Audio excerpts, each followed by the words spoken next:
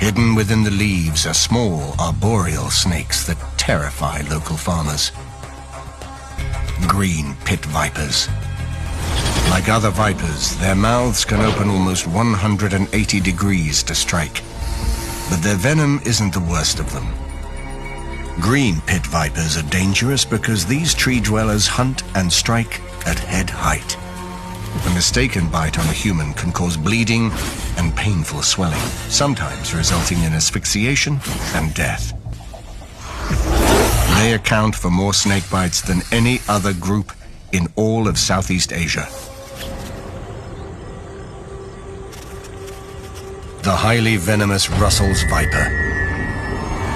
One of the most dangerous snakes in all of Asia. Rodents bite back, so the viper and its venom have a nifty plan. Bite and release. Large glands at the back of its head yield enough venom to kill over 600 mice from a single bite.